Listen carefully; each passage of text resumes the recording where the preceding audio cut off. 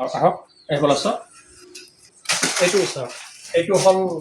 PVC হয় এইটো golden colour আৰু হোৱাইট কালাৰ মিক্স আছে একদম অতি ধুনীয়া চাওক চিলিংটো বনাই দিয়া হৈছে যে কেনেকুৱা হৈছে চাওক একদম বঢ়িয়া হৈছে আৰু আহক এইফালে আহক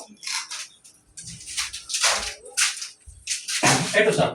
এইটো WPC ৱাল পেনেল হয় এইটো তিনিটা কালাৰে কম্বো কৰি দিয়া হৈছে